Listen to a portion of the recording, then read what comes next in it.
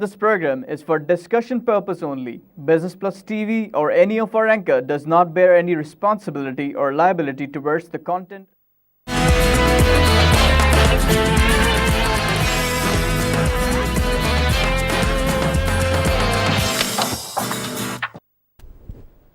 नाजरीन, welcome to business today. मैं हूं अली नासिर। जिन मौज़ूआत के ऊपर गुफ्तगू करते हैं जनाब वाला वो है बिज़नेस, फाइनेंस, इकॉनमी और दुनिया भर की जो स्टॉक मंडियां हैं और बिलखुसूस पाकिस्तान की स्टॉक मार्केट, उसके मुतालिक हम बात करते हैं, गुफ्तगू का आगाज़ करते हैं। अहम ख़बरें मेरे सामने मौजूद हैं। डल रीजनल मार्केट्स की PSX ट्रेडिंग वॉलेटाइल, और बुनियादी तौर पे जिस चीज़ का इन्होंने ज़िक्र किया है वो ये कल स्टॉक एक्सचेंज की कारकर्दगी का जिक्र किया है। कल स्टॉक मार्केट की जानिब देखें तो उसके अंदर 75 जो 100 इंडेक्स है हमारा, उसमें 75.43 पॉइंट्स का इजाफा हमने देखा। मार्केट 31,369.51 पॉइंट्स के ऊपर जो बंद हुई मार्केट हमारी। और ये अगर हम देखें ओवरऑल के पूरे दिन का बिहेवियर कैसा रहा, तो झटके ऐसे महसूस होते रहे। अजीब व गरीब किस्म की खाइयाँ और पहाड़ियाँ मुझे दिखाई दे रही हैं ग्राफ के अंदर, लेकिन यही है कि पूरे दिन की कार्रवाई कुछ इसी नौइयत की रही। हिंदुस्तान की मंडी के अंदर भी कुछ ऐसा ही महसूस किया गया कि वहाँ पर भी कुछ दबाव का शिकार रही। कि टेलीविज़न के ऊपर जो मैं ख़बरें देख रहा था, तफसीलन तो मैं बॉम्बे स्टॉक एक्सचेंज के मामलात को नहीं देख सका, लेकिन ऐसे बतलाया जा रहा था कि वहाँ पर बजट के अंदर जो तजावीज़ हैं उनको देखकर मार्केट ने रिएक्ट किया और मनफी रुझान देखा गया। उसके अलावा अगर हम चीन की मंडी को भी देखें तो उसका भी जिक्र आता है। ये ख़बर ज़रा पूरी पढ़ देता हूँ। The Pakistan stock exchange was seen volatile on Monday, the last trading day of February, even though investor sentiments were hit by weaker regional stock markets, especially crumbled the Chinese stocks। तो ये कुछ चीज़ें हैं जो कि आपकी नज़र में लाना ज़रूरी थी। आपको पता होगा कि चीन की मंडी के अंदर भी, चीन की स्टॉक मार्केट के अंदर भी बहुत ज़्यादा दबाव है और पूरे पाकिस्तान के अंदर भी उसके असरात मुरतब होते हमें दिखाई देंगे, क्योंकि हम CPEC के साथ अब मुंसलिक है हमारे मुल्क की मईशत। और CPEC जो है उसके अंदर चाइना पहले आता, फिर पाकिस्तान, फिर इकनॉमिक, फिर कॉरिडोर। तो ये जो लफ्ज़ आप अलहदा इनको देखेंगे तो आपको समझ में आएगा कि हर एक की अपनी अहमियत मौजूद है। दूसरी जानिब देखें तो dollar closes flat against the rupee. ये एक अहम ख़बर इस हिसाब से है कि डॉलर जो है वो 104 रुपये 20 पैसे पर बाइंग और 104 रुपये 40 पैसे पर सेलिंग जो रही वो इंटरबैंक के अंदर रही है। और 90 पैसे का एक फ़र्क बताया जा रहा कर्ब मार्केट का, जो अखबार में दिखाई दे रहा है, यानी 90 पैसे ज़्यादा के ऊपर आपके यहाँ ओपन मार्केट के अंदर वही चीज़ आपको दस्तयाब होगी। ऐसा क्यों है, इसके बारे में मैं आपको तफसील नहीं देना चाहूँगा, लेकिन दरअसल जो बात है वो ये है कि सिलसिला कुछ ऐसा बना है कि 98 रुपये पर जाने वाला डॉलर जो है फिर उसके बाद बढ़ा, फिर 107 की सतह तक कर्ब में, और सुना उससे भी आगे निकल गया होगा, लेकिन फिर उसके बाद थोड़ी उसमें गिरावट या कमी हमने देखी ये पाक रुपये के हिसाब से। और इन तमाम चीज़ों को देखते हुए लोग मुझसे पूछते हैं कि ये डॉलर ख़रीदें या बेचें। अब ये बड़ा पेचीदा और मुश्किल सवाल होता है। मैं अपनी राय को अमूमन दूर रखता हूँ, लेकिन जो दुनिया के हालात हैं उस हिसाब से मैं कभी डॉलर ख़रीदने से लोगों को रोकता नहीं हूँ, क्योंकि बात यह है कि वो मईशत पाकिस्तान की मईशत से कहीं ज़्यादा मजबूत है दुनिया के अंदर। और दुनियावी तौर पर अमेरिका की मईशत क्योंकि हमसे बेहतर है, इसका मतलब उसकी जो करेंसी होगी वो भी हमसे बेहतर कारकर्दगी दिखाती रहेगी। और देखिए ग्रेजुअल ट्रेंड भी यही रहा। लोगों ने बोला कि डॉलर नीचे की तरफ जा रहा है, क्या हम ख़रीदें या बेचें। और मैंने तब भी आपको कहा था कि गिरावट में भी ख़रीदें। वो गिरावट में भी ख़रीद रहे होते तो आज आप एवरेज आपका अच्छा ही रहता, बुरा ना रहता, बीच में आपको दाव लगाने का मौका भी मिल जाता। लेकिन यह एक ऐसी बात नहीं है कि ये करेंसी जो है वो बहुत कम हो जाएगी, क्योंकि हमारी मईशत के लिए बड़ा ज़रूरी है कि हमारी करेंसी जो है वो एक तरह से सस्ती हो, डॉलर महंगा हो, क्योंकि बैनुल-अक़वामी सतह के ऊपर तिजारत जो है वो इस बुनियाद के ऊपर की जाती। तो हमारे एक्सपोर्टर्स का कंटिन्यूस दबाव रहता है हमारी हुकूमतों के ऊपर कि रुपये को सस्ता किया जाए, डॉलर को महंगा किया जाए, चाहे वो टेलीविज़न के ऊपर या दीगर जगह के ऊपर वो अपनी राय का इजहार करते हैं कि नहीं ये मसले का हल नहीं है, लेकिन जुज़वी तौर पर मुझे लगता है कि वो मसले का हिस्सा हैं जो रुपया सस्ता है। और कुछ जो है वो मामला इस तरह का भी है कि इंटरेस्ट रेट डिफरेंशियल की बुनियाद के ऊपर जो है वो करेंसी रेट्स या करेंसी एक्सचेंज रेट्स जो हैं वो मुरतब किए जाते हैं।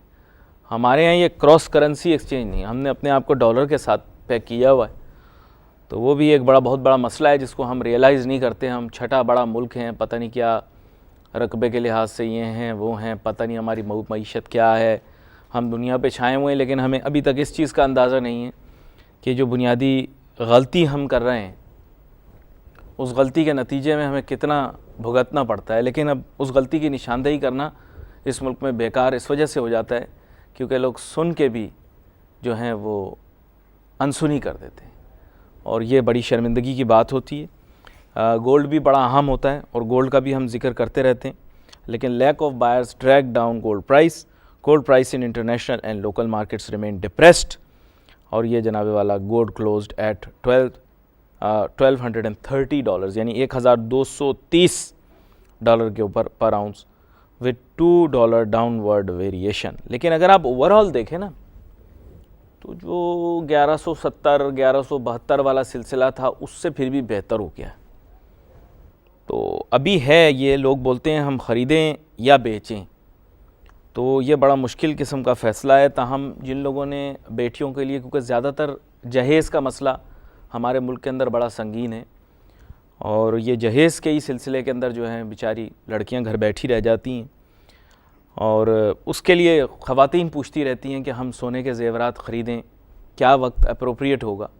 तो वक्त तो जैसे मैंने आपको पहले बताया था कि पिछले नवंबर से ही वक्त जो था वो अच्छा था। अगर आप सोने के ज़ेवरात बनाना चाह रहे हो तो पिछले नवंबर, दिसंबर, जनवरी, फरवरी यानी जो शादी का सीज़न था हमारा वो अच्छा निकल गया, अच्छी कीमत के ऊपर लोगों को सोना मैसर आ गया। अब अगर ये डॉलर भी इसी तरह कम होता तो हमें उसका फ़ायदा हो जाता, लेकिन ये डॉलर के अंदर जो 4-5% का इजाफ़ा हो गया और मासूमियत से करवा दिया गया या नहीं हुआ मासूमियत से, बीच में आपको पता होगा आगे पीछे होती रही प्राइस, उसके इम्पेक्ट भी थोड़े गोल्ड के ऊपर हमें दिखाई दिए। उसकी वजह से एक मसला पैदा हुआ ये कि सोने की कीमतें उस कदर नहीं गिरी जितनी गिरनी चाहिए थी, तो या उनका भरपूर फ़ायदा जो उठाया जा सकता था वो पूरा भरपूर फ़ायदा नहीं उठाया जा सका। लेकिन ये कि लोगों ने फिर भी सोने की ख़रीदारी की। पाकिस्तान एक बहुत बड़ा बायर है, लेकिन यहाँ पर रिवील नहीं किया जाता। यहाँ पे गोल्ड हर शख्स ने गोल्ड रखा हुआ होता है, हर खातून के पास सोना है, लेकिन उसको यूटिलाइज़ नहीं कर पा रहे, उनकी लाइफ स्टाइल इम्प्रूव नहीं हो रही, बल्कि उन्होंने रखा हुआ है महफूज करके कल काम आएगा, कल काम आएगा, कल काम आएगा वो काम नहीं आया, बेटी के काम आएगा, बेटी के काम आएगा, बेटी के काम आएगा, फिर वहाँ भी यूटिलाइज़ नहीं हुआ, उन्होंने भी आगे दे दिया बेटी के काम आएगा, काम आएगा, काम आएगा, काम आएगा। पता लगा किसी के भी काम नहीं आएगा। अलमारियों की ज़ीनत बना रहेगा, लॉकरों की ज़ीनत बना रहेगा, किसी के भी काम नहीं आएगा, उसको काम में लाएं। अब इसके लिए भी जैसे मैंने आपको बताया कि हर बात तो सुनी अनसुनी कर देते हैं। जिन लोगों के अंदर बसीरत ना हो, क्या फ़ायदा उनको बताने का। ये काम हुकूमत के करने के हैं, ये काम हमारे फाइनेंस के इदारों के करने के हैं, मेरे आपके करने के नहीं है। वो हमें अगर कोई लुक्रेटिव चीज़ देंगे तो हम फिर उनकी तरफ आगे राग़िब होंगे। गोल्ड जो है वो एक अच्छा असासा है, तारीख़ी तौर पर एक अच्छा असासा तस्वुर किया जाता है। और मैं जो हमेशा टेलीविज़न के ऊपर फिनोमेना का जिक्र करता हूँ कि हमेशा एसेट बैक्ड होनी चाहिए हमारी करेंसी, उसमें मैं ऐसा महसूस करता हूँ कि 20% से ज़्यादा सोने का अगर किरदार हो जाए तो अच्छा है। लेकिन ये भी एक बड़ी रिलेटिव सी टर्म है, इसके ऊपर मईशत दानों को सोचना चाहिए। सोने की कीमत जो है वो काफ़ी हद तक गिरी है, हम इसका भरपूर फ़ायदा उठा सकते थे, लेकिन अफसोस की बात कि वो ना हो सका। बहुत सारे लोग बात किया करते थे कि $300-400 के ऊपर चला जाएगा पर आउंस, वो भी बात नहीं बनी। इससे क्या ज़ाहिर होता है कि बुनियादी तौर पे इंटरनेशनल स्पेकुलेटर भी जो है वो मेन स्ट्रीम मीडिया के साथ खेलते रहते हैं और सोने की कीमत के बारे में जो कयास आराइयाँ उन्होंने की थी वो कयास आराइयाँ सच साबित नहीं हुई। लेकिन कल का कुछ नहीं कह सकते, क्योंकि जो लोग मेन स्ट्रीम मीडिया को इतना ज़्यादा इन्फ्लुएंस कर सकते हैं कि सोने की कमी की ख़बरों को इतनी संगीनी से, संजीदगी से पेश किया जाए कि लोग घबरा जाएँ कि साहब जनाब फ़लाँ रिसर्च कंपनी ने कह दिया कि सोने की कीमत गिर के इतनी हो जाएगी, तो उसके बाद वाकई में इतनी हो जाएगी। भाई सप्लाई डिमांड तो देख लो, सप्लाई और डिमांड तो देख लो, फिर उसके बाद ये बातें करना। तो इस बारे में कोई ज़्यादा सोचता नहीं। और सोने के जो ज़ेवरात हैं बिलखुसूस बरसग़ीर के अंदर, मशरिक़ वस्ता के अंदर, चीन के अंदर, और चीन जैसी या मशरिक़ वस्ता या आप समझ लीजिए कि साउथ ईस्ट एशिया जैसी जो है बरसग़ीर जो है उस जैसी जो मेंटेलिटी जहाँ जहाँ मेंटेन हो रही है या जिस तरह की रखी जाती है, वो लोग रियल एसेट्स में इन्वेस्ट करते हैं। तो मुझे ऐसा लगता है कि ऐसा कुछ होना नहीं था कि डिमांड अचानक गिर जाती या सप्लाई अचानक बहुत ज़्यादा बढ़ जाती। दूसरी बात यह कि वो अजीब व गरीब किस्म की बातें कि हमारे यहाँ रिको डिक के अंदर इतना सोना निकला उतना सोना निकला है। मैं बहुत दफ़ा पहले भी शुमारियात आपके सामने पेश कर चुका हूँ। पूरी दुनिया में कितना सोना निकला है ना, ये इंटरनेट पर जाकर आपको मालूम हो जाएगा। इतनी बड़ी बड़ी उल्टी सीधी आड़ी टेढ़ी। मैं सवाल यही पूछता हूँ, वो रिको डिक का क्या बना? इतना उस पर जनाब इधर उधर टकरें मारी दीवारों से और जनाब जाकर आबशारों में छलांगे मार दी, दीवाने हो गए, रिको डिक आ गया, रिको डिक आ गया, हमारे पास रिको डिक निकला है। क्या हुआ उसका? दुनिया की पता नहीं, एक तो हर चीज़ हमारे पास सबसे बड़ी निकल आती है। दुनिया की सबसे बड़ी सोने के कान, दुनिया की दूसरी बड़ी सोने की कान, तीसरी बड़ी, चौथी। बच्चों के पास रोटी नहीं खाने को, गुर्बत का ये आलम, 60% आबादी गुर्बत की लकीर से नीचे। बहुत सारे ज़राए अबलाग ये बताते। और आप बातें कर रहे हैं हमारे पास सोने की दूसरी बड़ी कान निकल आई, चौथी बड़ी कान निकल आई, आटा बनाने वाला चौथा मुल्क, बच्चे भूखे, थर में हम बात हो रही। तो ये चीज़ें मेरे दिल को ना बड़ा चुभती हैं। जब इस तरह की मैक्रो किस्म की बातें की जाती, मैं उस तरह की गैर पार्लिमानी ज़ुबान इस्तेमाल नहीं करना चाहता उन लोगों के लिए जो इस तरह की बातें करते हैं, जो ना मंतक के किसी उसूल पर पूरी उतरती हैं, ना वज़न के हिसाब से पूरी होती हैं। भाई आप बात कर रहे हो, आप अपने मुल्क के अंदर बोल रहे हो कि सोने की कान दरियाफ्त हो गई, तो आप थोड़ा लॉजिक या सेंस तो सोचो। इतनी बड़ी सोने की कान आपके मुल्क के अंदर अगर निकल आई है, इतना अगर सोना चांद पे निकल आता तो ये रॉकेट लेकर चांद पे पहुंच जाते।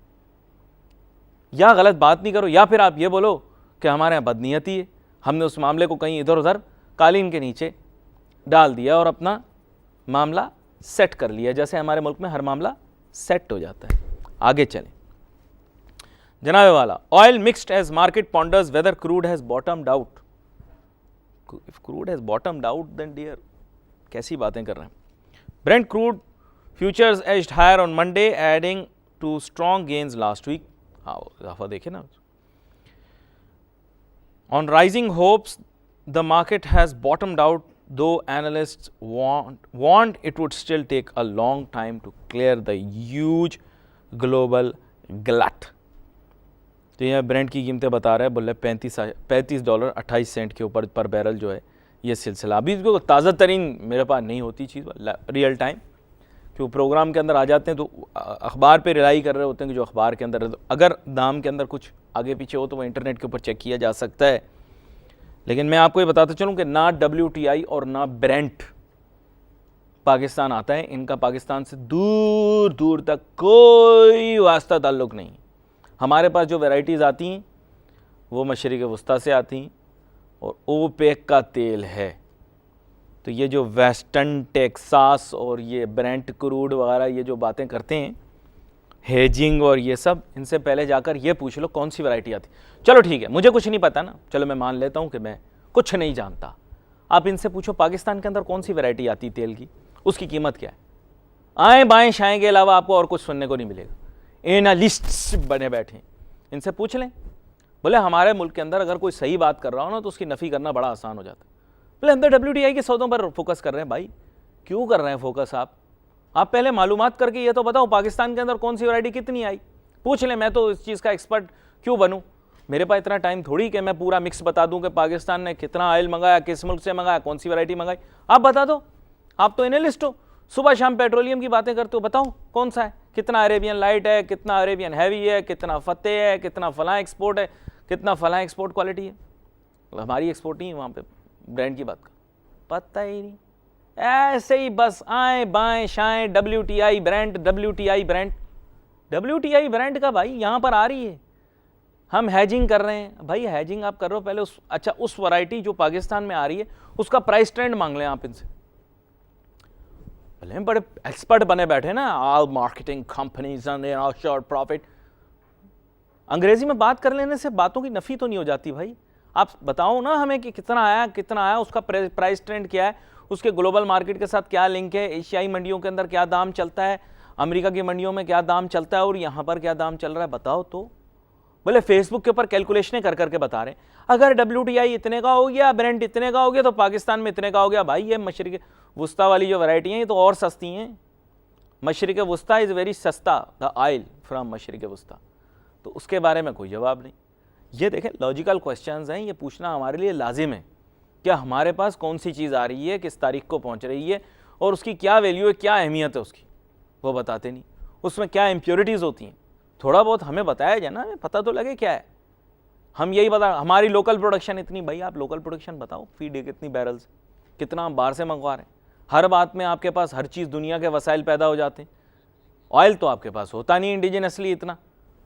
यहाँ पर एक छोटी सी ब्रेक लेते हैं, थोड़ी तल्ख और सख्त बातें कभी कभार कर लेते हैं। उसकी वजह यही होती है कि हमारे जो सरमायाकार हैं वो गहराई से सोचें कि ये कौन सा ऑयल पाकिस्तान के अंदर आ रहा है और उसकी क्या क्वालिटी है, इसकी क्या प्राइस है। यहाँ पर एक छोटा सा ब्रेक लेते हैं, ब्रेक के बाद वापस आते हैं, अपनी गुफ्तगू जारी रखेंगे।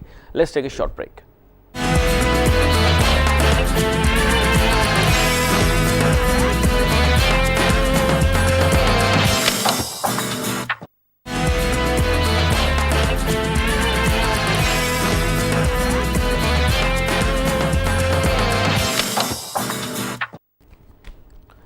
नाज़रीन welcome back after the break. गुफ्तगू हमारी जारी, बात कर रहे हैं हम मुल्क के माशी मामलात के ऊपर, और अगर ना करें ताज़ा तरीन बात तो फिर गलत हो जाएगा। पैगामात हम प्रोग्राम के अंदर नहीं पढ़ पाते, इसके बावजूद के पैगामात आपके बहुत ज़्यादा आते हैं। मैं समझता हूँ कि आप ज़रूर मुझसे बहुत खफा या नाराज़ होते होंगे। कोशिश करूँगा, ये मुतासिर करने की कोशिश करूँ कि आपके सवालात को दोबारा से शामिल किया जाए। बेशक आपके सवालात, आपकी आरा, आपके जो सजेशंस हैं वो शो के लिए एक फ्यूल का किरदार अदा करते हैं, और उसी से शो चलता था, उसी से मकबूल हुआ। और अगर नहीं होंगे तो ज़ाहिर बात है उसके असरात मुरतब होते हैं, लेकिन कोशिश भरपूर करूँगा कि आने वाले दिनों के अंदर उनको ज़रूर शामिल करूँ। मोइज़ सिद्दीकी साहब ने कुछ राय भेजी थी, माज़रत उसके ऊपर अभी राय नहीं दे पाऊँगा, लेकिन सोशल मीडिया के ऊपर मैं ज़रूर कोशिश करूँगा कि आप लोगों के सवालात के जवाब दूँ। जनाब वाला, पेट्रोल की कीमतों में कमी, पेट्रोलियम मसनूआत की वो बड़ी अहम रही, लोगों के लिए रिलीफ़, लेकिन पता नहीं क्यों लोगों के चेहरों के ऊपर मुस्कुराहटें नहीं दिखाई दे रही। हर आदमी फिर भी परेशान है। भाई परेशानी की क्या बात है, जश्न मनाओ। 8 रुपये 48 पैसे जो हैं वो आपके लिए फ़ी लीटर पेट्रोल प्राइस में कमी कर दी है, और 4 रुपीज़ एंड 67 पैसा जो है वो आपके लिए डीज़ल में कमी कर दी। तो आपको तो खुश होना चाहिए। इसके अलावा लाइट डीज़ल के अंदर भी 1 रुपये 97 पैसे की कमी, हाई ऑक्टेन के अंदर 2 रुपये 98 पैसे की कमी, और केरोसिन के अंदर खैर इजाफा कर दें 1 रुपये 66 पैसे का, वो रिजेक्ट हो गया। अच्छा, रिजेक्ट हो गया, माजरत, ये थोड़ा पढ़ने में मुझे गलती हो गई। Proposal to increase kerosene oil price by rupees 1 and 66 paisa पर लीटर रिजेक्टेड। चलो अच्छा किया, कोई भी किसी भी चीज़ की कीमत में इजाफा ना हो, ये अच्छा है। तो बड़ी अहम बातें हैं ये। और CNG प्राइस जो है वो 6 रुपये कम हो गई पंजाब के अंदर, इसका भी ज़िक्र इसके अंदर ख़बर के अंदर आ रहा है। ये बहुत ज़्यादा इसके फ़वाइद होंगे, लेकिन पता नहीं क्यों आप लोग फिर भी मुस्कुरा नहीं रहे। मीनवाइल दूध की कीमतों में इजाफा हो गया, क्योंकि पेट्रोल और दूध का इन्वर्सली प्रोपोर्शनल रिलेशनशिप भी है, डायरेक्टली प्रोपोर्शनल रिलेशनशिप भी है, जिसके माने ये हैं कि जब जिसका दाव लग जाए, जो मर्ज़ी वो करना चाहे वो कर ले, कोई रोक टोक नहीं, कोई मना करने वाला नहीं। मल्टीनेशनल कंपनी जब चाहे दूध के डब्बे की कीमत बढ़ा दे, नो टेंशन। और अवामी तौर पर भी, आम तौर पे भी माजरत चाहूँगा, आवाम के ऊपर अगर बोझ डाल दिया जाए दूध की कीमत बढ़ा के, तो नो टेंशन, नो प्रॉब्लम, कोई वरीज़ नहीं। पेट्रोलियम की मसनूआत की कीमतें नीचे की तरफ जा रही हैं, लेकिन दुनिया जहाँ की चीज़ों की कीमतें बढ़ाई जा रही हैं। हैरान कुन बात है। मैं गुजारिश करूँगा कि तमाम वो जो प्राइस कंट्रोल से रिलेटेड लोग हैं, समझने की कोशिश करें कि इन्फ्लेशनरी ट्रेंड जो है वो उसको बिल्कुल रिवर्स करने की ज़रूरत है। हमें सिंगल डिजिट और मुनासिब शरह की जो महंगाई है वो कबूल ज़रूर है, लेकिन ये जो गैर मुनासिब शरह महंगाई जो होती है ये कतई कबूल नहीं है, इसमें इजाफा कतई कबूल नहीं है, ये बिल्कुल करेक्ट नहीं है। मैं आपको भी बता रहा हूँ, देखें सब्ज़ी वाले से आप पूछें महंगा क्यों हो गया दाम, बोलता है पेट्रोल की कीमत बढ़ गई। अब पेट्रोल की कीमत इतनी ज़्यादा कम हो चुकी है, माइंड यू 100+ से अभी नीचे आ गई। मतलब एक वक्त पे 100+ पर लीटर था और अब नीचे आ चुकी है। और उसके बावजूद जो है मैं ये देखता हूँ कि मामला जो है वहीं के वहीं खड़ा हुआ। अभी आपके सामने है new prices of petrol 62 rupees and 77 पैसाज and high speed diesel 71 रुपये और 12 पैसे। सो इमेजिन 100 रुपये से ऊपर हो गई थी। मुझे ज़रा ये बताया जाए कि किराया में कितनी कमी हुई?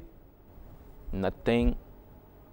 सब्जियों की कीमतों के अंदर खैर कमी, वो तो कमी बड़ा वो तो नहीं मैं कहूँगा, जो लोग ख़रीदते हैं सब्ज़ी तरकारी उनको ही पता है कि क्या है। आजकल किचन के ख़र्चे बहुत हैं, तो हमारे यहाँ लोग इसके ऊपर ज़्यादा गौर नहीं करते। हाँ, कुछ चंद चीज़ों, मैं गलत बात नहीं करूँगा, चंद चीज़ों की कीमतों के अंदर थोड़ा इस्तेहकाम ज़रूर आया होगा, लेकिन ऐसी मुझे कोई ऐसा दिखाई नहीं देता कि मुस्तकबिल के अंदर इस पेट्रोल की कीमत की कमी के जो असरात हैं वो ओवरऑल मईशत के ऊपर दिखाई देंगे। एक ज़माने में जब पेट्रोल की कीमत कम होती थी, यकीन करें मेरी बाछें खिल जाती थी, मेरे चेहरे पर मुस्कुराहट आ जाती थी, हफ्ते तक कोशिश करने पर भी वो मुस्कुराहट चेहरे से नहीं जाती थी। बिल्कुल ऐसे लगता था जैसे हमारे यहाँ चंद लोग ख्वाह होते हैं ना कि पड़ोसी मुल्क की किसी अदाकारा के साथ उनकी मुलाकात हो जाए, फिर उसके बाद मुस्कुराना शुरू कर देते हैं, कभी मुस्कुराहट उनकी जाती नहीं है। मीन टाइम मैं मुबारक देना चाहूँगा ऑस्कर अवार्ड की जनाब लियोनार्डो डी कैप्रियो को, क्योंकि उन्होंने ये अवार्ड आखिरकार हासिल ही कर लिया। और बेशक वो एक बड़े ज़बरदस्त अदाकार हैं। फ़िल्म मैंने नहीं देखी द रेवेनेंट, ताम जो मैंने प्लॉट सुना है, अब मुझे उस चीज़ का अंदाज़ा नहीं, मैं इसके बारे में अपनी राय नहीं दूंगा। तो खैर, उन्होंने अपनी मेहनत और काविशों से काफ़ी अरसे से वो लगे हुए थे और अदाकारी के जौहर दिखा रहे थे। अब उनको आखिरकार ऑस्कर अवार्ड मिल गया। India US closing in on deal to share military logistics. आए, ये क्या हो गया? India and United States are closing in on an agreement to share military logistics after 12 years of talks, officials said, a sign of strengthening defense ties between the countries as China becomes increasingly assertive. चीन का भी influence क्योंकि reason के अंदर बढ़ रहा है, तो इस वजह से शायद ये अहमियत रखती है बात। खैर, मैं इस सिलसिले में कुछ बियॉन्ड द स्कैनर नहीं चाहूँगा। मैं ख़ुद भी थोड़ा अवॉइड कर रहा हूँ, आज ख़बरें वगैरह बड़ा देख के पढ़ रहा हूँ, ताकि कोई ऐसी गलती ना हो जाए मुझसे कि जिसकी वजह से मैं कहीं फंस ना जाऊं। Zero rating regime for exports from next year. जनाब ये खुर्रम दस्तगीर खान साहब जो हैं, इनकी तस्वीर दिखाई दे रही है। Said that government had decided in principle to introduce zero rating regime for exports from next financial year की बात कर रहे हैं, यानी बजट के अंदर अनाउंस कर देंगे। तो ये सिलसिला है। Council of common interest okays SCCP amendments bill 2016। FPCCI condemns harassment of traders by government agencies. अच्छा, envoy in favour of maximising Pak Russian trade potential. तो ये कुछ अहम चीज़ें हैं इसके अंदर। और Tunisia wants more trade with Pakistan. तो ये चंद ऐसी ख़बरें थीं जो आपकी नज़र से मैंने गुजार दी। कुछ अहम चीज़ें आप लोग पिछले दिनों में पूछते रहे हैं, ब्रेक पे जाने से पहले भी उनके ऊपर गुफ्तगू हो रही थी। बात यह है कि इट इज़ वेरी नेसेसरी कि हम बड़े गौर से समझ के सरमायाकारी करें, पाकिस्तान की स्टॉक मार्केट में भी और उसके अलावा दुनिया भर में भी। आप लोगों के बहुत सारे सवालात मौसूल होते हैं, ताहम उनको मौज़ूआत के तौर पर आपकी खिदमत में पेश कर देते हैं। इंडिविजुअल शेयर्स के ऊपर मैं अपनी राय देने से इज्तिनाब करता हूँ। उसकी वजह बहुत दफ़ा बता चुका हूँ आपको। बहुत सारे लोग कहते हैं कि जी पाकिस्तान के अंदर स्टॉक मार्केट के अंदर सरमायाकारी करने के लिए क्या गुण या क्या क्वालिटीज़ होनी चाहिए। अमूमन जब मैं इस तरह की प्रैक्टिकल नॉलेज कन्वे कर रहा होता हूँ, तो अगर आप में बसीरत हो तो आप उतना समझ लें जितनी आपकी ज़रूरत है। बाकी इंटरनेट के ऊपर बहुत सारी चीज़ें मुयस्सर हैं जो कि आप देख सकते हैं। मैं ऐसा फ़ील करता हूँ कि आप फंडामेंटल यानी कि शेयर की इंट्रिंसिक वैल्यू से मंसूब जो चीज़ें हैं उसके बारे में भी थोड़ा सा पढ़ें, और टेक्निकल एनालिसिस यानी तारीख़ी तौर पर मार्केटों ने किस तरह से किस वक्त पर बिहेवियर किया था उसको भी जहन में रखें। चंद लोग शायद इससे नाराज़ होते हैं, लेकिन मैं एफिशिएंट मार्केट हाइपोथेसिस और एफिशिएंट मार्केट थ्योरी का इल्म हासिल करने को आपको ज़रूर कहता हूँ, चाहे आप उससे इत्तेफाक करें या इख्तलाफ करें। और उसके मुतालिक मैं अपनी कोई राय देने से इनकार करता हूँ, क्योंकि ये एक एकेडमिक इशू है। लोग कहते हैं बड़ी गाढ़ी बातें हैं, ये बातें बड़ी अहम हैं, लेकिन ये थ्योरेटिकल फ्रेमवर्क डिवाइस करती हैं। और एक आध जगह मौका भी मिलता है तो कभी कभार गुफ्तगू इसमें करते, कभी कभार ओवर कॉन्फिडेंट भी हो जाता हूँ, तो वो गलत करता हूँ मैं। और ओवर कॉन्फिडेंट होने की वजह से कभी कभार मिस्टेक भी हो जाती है बंदे से। इस वजह से मैं कोशिश करता हूँ कि मैं ज़्यादा ऐसी बहुत गाढ़ी गुफ्तगू ना करूँ, बहुत सख्त किस्म की गुफ्तगू ना करूँ, बहुत ज़्यादा एकेडमिक गुफ्तगू ना करूँ। लेकिन फ़ाइनेंस के ऊपर आपको बहुत चीज़ें जो हैं वो इंटरनेट के ऊपर मैसर होती हैं। बहुत सारे लोग इसरार करते हैं डेरिवेटिव्स वगैरह पढ़ें। ये पाकिस्तान के अंदर अफसोस की बात यह है कि मार्केट में डेप्थ और विड्थ दोनों गैर मौजूद हैं, जिसकी वजह से हमें बहुत सारे प्रॉब्लम्स का सामना है। और मैं हमेशा कहता हूँ अरबाब इक़्तिदार के ऊपर कि तनकीद अपनी जगह, लेकिन तनकीद ऐसी तामीरी तनकीद, उसके बारे में ज़रूर बात करनी चाहिए। कभी कभार में मौका मिलता है तो आपके सामने ज़रूर सामने बात रखनी चाहिए। बात यह कि नंबर ऑफ़ इन्वेस्टर्स को ज़्यादा लेकर आना है, इन्वेस्टर अवेयरनेस में अच्छा है, इजाफा है। लुक्रेटिव बनाने के लिए मार्केट के अंदर शफाफियत लाना बहुत ज़रूरी है और उसको सहल और आसान करना बहुत ज़रूरी है। और फिर साथ साथ हमें ये भी देखना है कि रिस्क मैनेजमेंट, जिसके बारे में हम पहले भी बात करते रहे बहुत दफ़ा, हमारे चंद साथियों के बारे में भी, कि रिस्क मैनेजमेंट के बेहतर जो या अहसन तरीक़ाकार दुनिया के अंदर मौजूद हैं, उनकी एप्लीकेबिलिटी जो है बहुत ज़रूरी है। तो पाकिस्तान के अंदर उनकी एप्लीकेशन की जाए, जल्द से जल्द की जाए, ताकि आसानी रहे। और ख़ास तौर पे हमारे जो सरमायाकार हैं, जो छोटे सरमायाकार हैं, उनका तहफ़्फ़ुज़ आप करें ताकि बेस बढ़े। तो बेस में इजाफ़ा होने की ज़रूरत है। प्रोडक्ट्स के बारे में मैं हमेशा बात करता हूँ। आप पता होगा एक तमाशा लगाया गया था 2 साल, स्टॉक एक्सचेंज की कारकर्दगी जो थी बिल्कुल गैर इत्मीनान बख्श, और लोग जो थे वो बिल्कुल मुतमईन नहीं थे। तो एक तमाशा खड़ा किया गया कि जनाब leverage product, leverage product, leverage product, और कहा गया कि जनाब उधार लेकर ही स्टॉक मार्केट के अंदर सरमाया लगाया जा सकता है। यह लंबा तमाशा काफ़ी अरसे तक चलाया गया। फिर उसके बाद इस चीज़ को भूल भाल गए। मैं सिर्फ एक सवाल ये करता हूँ कि अगर ब्रोकरों, मेंबरों ने किसी चीज़ के ऊपर ढोल बजाना हो, डफली बजानी हो, शोर मचाना हो और फिर लोगों को मिसगाइड करना हो, अगर लेवरेज प्रोडक्ट प्रॉब्लम थी तो 36,000 पॉइंट के ऊपर कैसे पहुंच गई मार्केट? नहीं, मेरे सवालों के कोई जवाब नहीं देता। हर आदमी जो है वो तबसरा करके चला जाता है। भाई तबसरा ना करें, आप तबसरा ना करें, आप लॉजिक प्रेजेंट करें। आपने बोला कि जी हमारे यहाँ मार्केट के अंदर वॉल्यूम इस वजह से नहीं आ रहा क्योंकि हमारा लेवरेज प्रोडक्ट नहीं है। तो मुझे बतलाइए कि अभी जो ये हम साफ काम कर रहे हैं और छोटे सरमायाकारों को रिस्ट्रिक्ट कर रहे हैं कि वो बड़े स्केल के ऊपर इन्वेस्ट ना कर सकें, मार्जिन ट्रेडिंग ना कर सकें, हैं, तो उससे हमें क्या फ़ायदा हुआ? एक इन्होंने तमाशा बनाई रखा, हमारे पास लेवरेज प्रोडक्ट नहीं। वो सिलसिला कहाँ गया? फिर 36,000 पॉइंट गई मार्केट। इसी तरह के देखें ना, उल्टी सीधी बातें करते। तेल की कीमत की जो है ना बड़ा प्रॉब्लम हो गया, तेल की कीमतों के अंदर जो इतनी ज़्यादा कमी आ गई उसकी वजह से मार्केट गिर रही। तो भाई तेल की कीमतें तो बहुत ज़्यादा गिरी, बल्कि जब मुतवातिर गिर रही थी रोज़ाना तो फिर भी मार्केट ने 36,000 मारा। तब आप कह रहे थे तेल की कीमतों का गिरना पाकिस्तान की मईशत के लिए बहुत अच्छा है, इस पर खुशियाँ मनाई जाएँ, इस पर पटाखे फोड़े जाएँ, इस पर जलेबियाँ खिलाई जाएँ, एक दूसरे को गुलाब जामुन नचोड़ के एक दूसरे के मुंह में डाले जाएँ। तब ये बात की जा रही थी। आज उड़ती बात, उल्टी बात, उड़ती भी समझ लें आप। मसला ये है कि लॉजिक पे बात करें। स्टॉक मार्केट के बारे में जब बात करें लॉजिक पे बात करें, दो चीज़ों को आपस में कोरिलेट नहीं करें, लोग कंफ्यूज हो जाएंगे। हर बात का अपना, रियल एस्टेट की मार्केट इसलिए उड़ गई क्योंकि सी पैक आ रहा है। अब आ रहा है, 8 महीना हो गया, बातें ही हो रही हैं, मुल्क के लिए ये है, मुल्क के लिए वो है, सी पैक मुल्क की तकदीर बदल देगा। 8 महीने एक दूसरे का मुंह देख रहे हैं, एक कोई फीता काट के मंसूबा बनाया नहीं। बोले डिफेंस की कीमतें, डिफेंस के प्लाटों की कीमतें बढ़ जाएंगी, सी पैक आ रहा है। कौन सा प्लाट खरीदा उन्होंने? नहीं, आए बाएं शाएं, बस आए बाएं शाएं, अपनी जो है इधर उधर की बातें और इधर उधर के लॉजिक। क्योंकि मैंने प्रॉपर्टी खरीदी इसलिए रियल एस्टेट की कीमत बढ़, मैंने ये शेयर खरीदा हुआ इसलिए शेयर की कीमत बढ़ जाएगी। भाई this is no logic, this is no logic. ये तो ख्वाहिश को खबर बनाने वाली बात है। आप ख्वाहिश को खबर नहीं बनाएं, रियलिस्टिकली बात करें, थोड़ा बहुत इसके बारे में इल्म हासिल कर लें।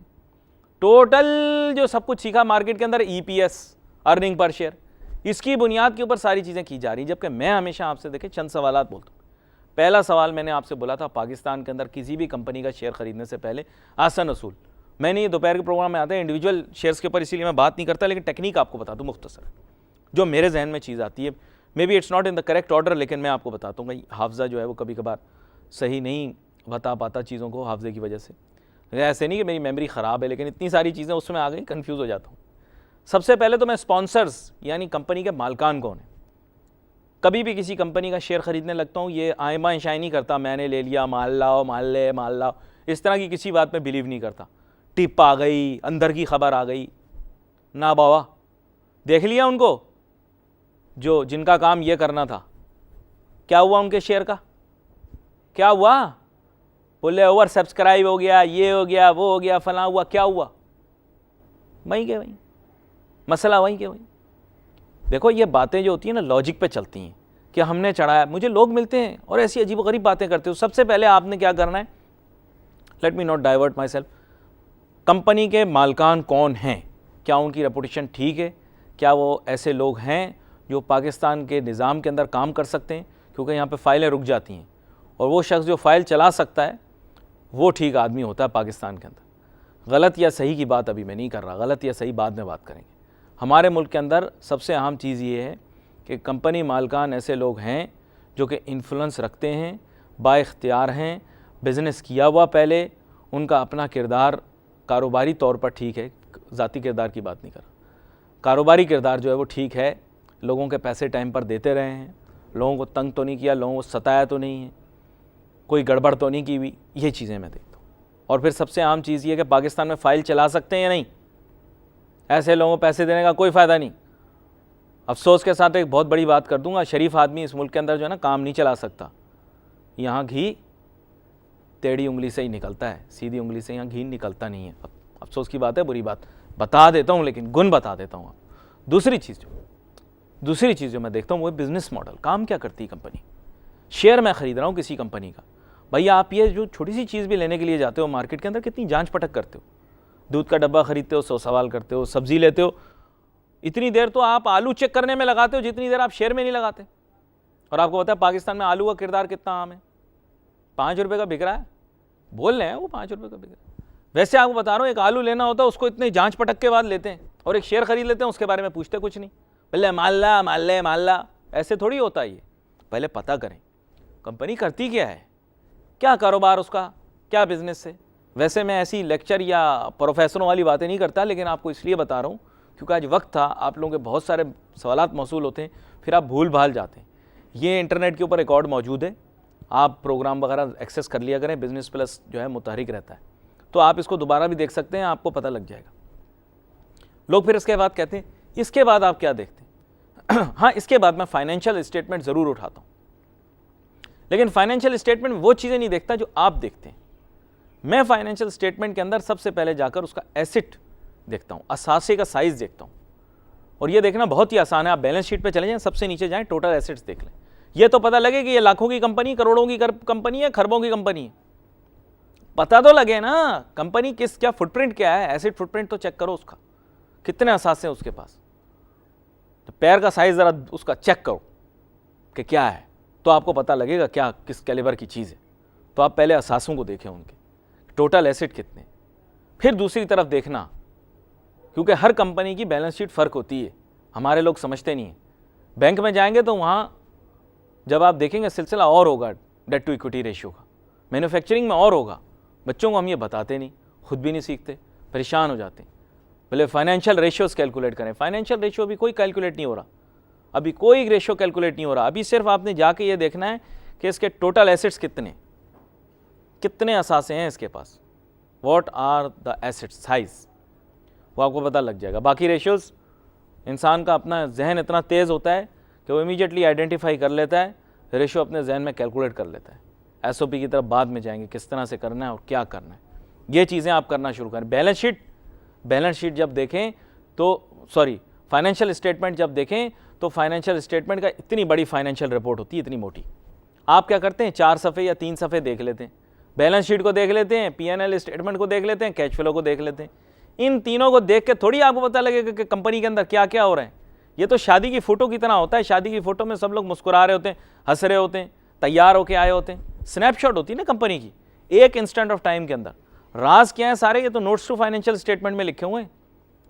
Notes to financial statement, disposal of assets, वो पोजीशन के इस वक्त जो शेयर्स खरीदे या बेचे हैं कंपनी के डायरेक्टर्स ने या अहम अहदेदारों ने, एग्जेक्टिव्स ने मेरा मतलब, उसकी पूरी रिपोर्ट पढ़ें, पता लगे क्या चक्कर हो रहा है, किस तारीख को कितने शेयर खरीद रहे हैं, कितने शेयर बेच रहे हैं, क्यों बेच रहे हैं, जहन पे जोर दें। असासे कैसे बेचे इन्होंने, गाड़ियाँ कैसे बेच दी, अपनी कंपनी के असासे कैसे बेचे, डिस्पोजल ऑफ एसेट्स कैसे किया, जांच पटक करो। कोई फिगर अगर मैच नहीं कर रहा, फ़ौरन के फ़ौरन उसके नोट पे जाओ। कभी कभार नोट जो है वो तसल्ली बख्श नहीं होगा, क्योंकि हमारे यहाँ यही होता है, ऑडिटर की रिपोर्ट पढ़ो, ऑडिटर ने क्या लिखा है। कंपनी तो अपने फ्यूचर प्लान लिखेगी बहुत बड़ा चढ़ा के, हम ये करने वाले, हम इंटरनेशनल कोलैबोरेशन हो गई, फलां हो गया, ये हो गया ना। ऑन फिगर्स देखना है क्या गेम चल रही है सारी। ये तमाम चीज़ें देखने के बाद मैं जिस चीज़ के ऊपर बड़ा गौर करता हूँ, कैश फ्लो स्टेटमेंट के ऊपर करता हूँ। सॉरी थोड़ी क्लास टाइप हो गया है, लेकिन ये आप शेयर खरीद रहे हो, मैंने आपको बताया सब्ज़ी खरीदते हो 4 दफ़ा पूछते हो क्या है किस तरह है, उसको जांचते पटकते हो, उल्टा सीधा करते हो। इस चीज़ के लिए कोई रॉकेट साइंस आने की ज़रूरत नहीं है। लोग बोलते हैं सर रॉकेट साइंस करें, रॉकेट साइंस नहीं, सिंपल अंग्रेज़ी है, कौमी ज़बान उर्दू है, फाइनेंशियल स्टेटमेंट उर्दू में नहीं होती, इंग्लिश में होती है। उसकी उर्दू ट्रांसलेशन जो है गैर तसल्ली बख्श होती है, देते हैं कभी कभी, गैर तसल्ली बख्श होती है, कोई फ़ायदा नहीं। जो चीज़ मैं आपको बता रहा हूँ इस पर गौर करें और थोड़ा इसको पढ़ें, फिर बाकी चीज़ें मैं आपको आने वाले दिनों के अंदर ज़रूर बताऊँगा। असल में आज अखबार की ख़बरें थोड़ा देख देख के पढ़नी पड़ती हैं। स्टॉक एक्सचेंज की ज़्यादा बात करने की कोशिश करता हूँ, आपके जहन के अंदर उभरते हुए सवालात के जवाब देने की कोशिश करता हूँ, आसान सहज ज़ुबान के अंदर।